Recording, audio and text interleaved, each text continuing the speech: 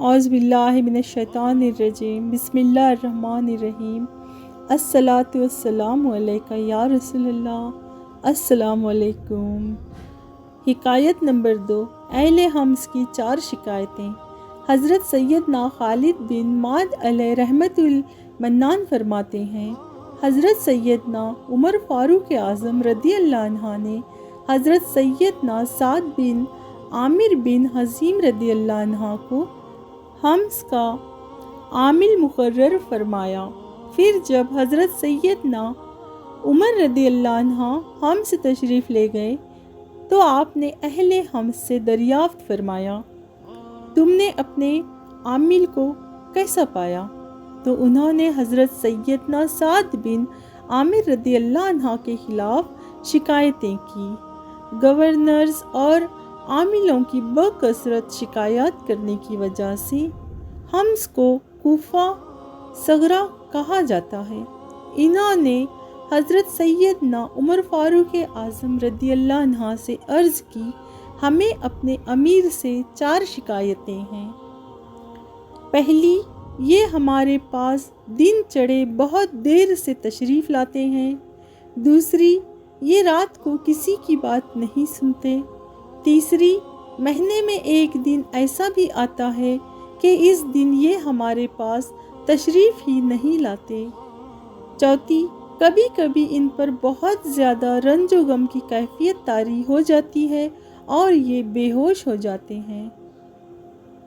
حضرت سیدنا عمر فاروق اعظم رضی اللہ عنہ نے حضرت سیدنا سعد بن عامر بن حزیم رضی اللہ عنہ کو بلایا اور تمام لوگوں کو جمع کیا۔ پھر دعا فرمائی، اے میرے پروردگار عز و جل، آج اس معاملے میں میرے فیصلے کو کمزور نہ کرنا، یعنی مجھے صحیح فیصلہ کرنے کی توفیق عطا فرمانا۔ پھر لوگوں کی طرف متوجہ ہوئے اور ارشاد فرمایا، تمہیں ان کے بارے میں کیا شکایت ہیں؟ لوگوں نے عرض کی، یہ ہمارے پاس دن چڑھے بہت دیر سے تشریف لاتے ہیں۔ حضرت سیدنا سعد بن حزم رضی اللہ عنہ نے جب یہ شکایت سنی تو ارشاد فرمایا، مجھے یہ بتاتے ہوئے شرم آتی ہے کہ میں کیوں دیر سے آتا ہوں۔ خدا عز و جل کی قسم، میرے پاس کوئی خادم نہیں، میں خود آٹا پیستا ہوں، پھر اسے گوندھ کر روٹی پکاتا ہوں، اس کے بعد وضو کر کے ان کے پاس آ جاتا ہوں۔ میرے دیر سے آنے کی یہی وجہ ہے۔ حضرت سیدنا عمر فاروق رضی اللہ عنہ نے لوگوں سے پوچھا، اور کیا شکایت ہے؟ کہنے لگے، یہ رات کو ہمارے مسائل نہیں سنتے۔ حضرت سیدنا عمر رضی اللہ عنہ نے پوچھا، اے سید، تمہارے پاس اس شکایت کا کیا جواب ہے؟ انہوں نے کہا، میں نے دن مخلوق کے لیے خاص کر رکھا ہے اور رات کو اپنے رب عز و جل کی عبادت میں مصروف ہوتا ہوں۔ پھر انہوں نے تیسری شکایت کرتے ہوئے کہا، ہر مہینے ایک دن ایسا بھی ہوتا ہے کہ یہ ہمارے پاس تشریف ہی نہیں لاتے۔ حضرت سیدنا عمر رضی اللہ عنہ نے فرمایا، اے سعد رضی اللہ عنہ، تم کیا کہتے ہو؟ عرض کی، حضور، میرے پاس کوئی خادم نہیں، مہینے میں ایک مرتبہ میں اپنے کپڑے دھوتا ہوں، میرے پاس کوئی دوسرا لباس نہیں ہوتا جسے پہن کر ان کے پاس آؤں، پھر جب وہ کپڑے سوکھ جاتے ہیں تو انہیں پہن کر ان کے پاس آ جاتا ہوں۔ چوتھی شکایت کرتے ہوئے وہ لوگ کہنے لگے، انہیں کبھی کبھی شدید دورہ پڑتا ہے اور یہ بے ہوش ہو جاتے ہیں۔ حضرت سیدنا عمر رضی اللہ عنہ نے فرمایا، اے سید رضی اللہ عنہ، اس شکایت کا جواب دو۔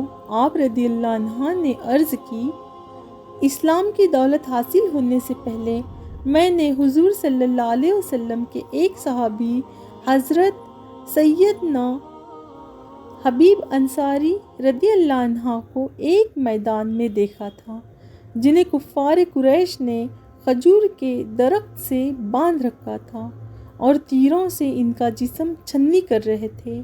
میں بھی ان لوگوں میں موجود تھا۔ پھر قریش ان سے پوچھنے لگے، کیا تو اس بات کو پسند کرتا ہے کہ تیری جگہ محمد صلی اللہ علیہ وسلم کو یہ سزا دی جائے؟ یہ سن کر ان صحابی رسول صلی اللہ علیہ وسلم نے ارشاد فرمایا، خدا عز و جل کی قسم، میں تو اس بات کو بھی پسند نہیں کرتا کہ میں گھر میں اپنے اہل خانہ کے ساتھ رہوں اور میرے آقا صلی اللہ علیہ وسلم کو کوئی کانٹا بھی چبھے۔ میرے آقا صلی اللہ علیہ وسلم پر میری ہزاروں جانیں قربان، تیرے نام پر سر کو قربان کر کے تیرے سر سے صدقے اتارا کروں میں۔ یہ ایک جان کیا ہے، اگر ہو کروڑوں تیرے نام پہ سب کو وارا کروں میں۔ سامان بخشش۔ اس کے بعد اس صحابی رضی اللہ عنہ نے حضور صلی اللہ علیہ وسلم کی بارگاہ میں استغاثیہ پیش کیا اور یا محمد صلی اللہ علیہ وسلم، یا محمد صلی اللہ علیہ وسلم کی صدائیں بلند کی۔ افسوس وہاں ہوتے ہوئے بھی میں ان کی کچھ مدد نہ کر سکا، کیونکہ آپ اس وقت مسلمان نہ تھے۔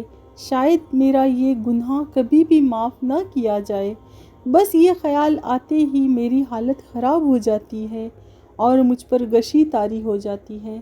حضرت سیدنا عمر رضی اللہ عنہ نے ارشاد فرمایا، اللہ عز و جل کا شکر ہے کہ اس نے میری فراست کو ضائع نہیں کیا اور مجھے ایسی عظیم ہستیاں عطا فرمائیں۔ پھر آپ رضی اللہ عنہ نے حضرت سیدنا سعد رضی اللہ عنہ کو 1000 دینار دیتے ہوئے ارشاد فرمایا، ان کے ذریعے اپنی ضروریات پوری کر لینا۔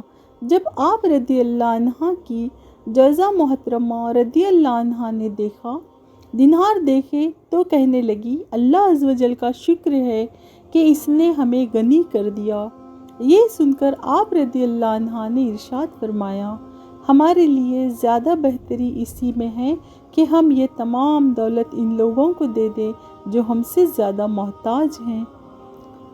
کیا تو اس بات پر راضی ہے؟ وہ صبر و شکر کی پی کر بولی، میں راضی ہوں۔ پھر آپ رضی اللہ عنہ نے تمام دینار تھیلیوں میں بھرے اور اپنے گھر کے سب سے امین شخص کو بلایا اور فرمایا، یہ تھیلی فلاں خاندان کی بیواؤں کو دے دو، یہ فلاں خاندان کے یتیم کو، یہ فلاں خاندان کے مسکین کو اور یہ فلاں خاندان کے حاجت مند کو دے دو۔ اس طرح آپ رضی اللہ عنہ نے ساری رقم تقسیم فرما دی، صرف کچھ دینار باقی بچے۔ جب آپ رضی اللہ عنہ گھر تشریف لائے تو آپ رضی اللہ عنہ کی جوزہ محترمہ رضی اللہ عنہ نے پوچھا، کیا آپ رضی اللہ عنہ ہمارے لیے غلام نہیں خریدیں گے؟ جو مال بچا ہے اس سے غلام خرید لینا چاہیے۔ آپ رضی اللہ عنہ نے فرمایا، اگر ہم سے زیادہ کوئی محتاج آ گیا تو ہم یہ مال اس کو دے دیں گے۔ اللہ عز و جل کی ان پر رحمت ہو اور ان کے صدقے ہماری مغفرت ہو، آمین بجا النبی الامین صلی اللہ علیہ وسلم۔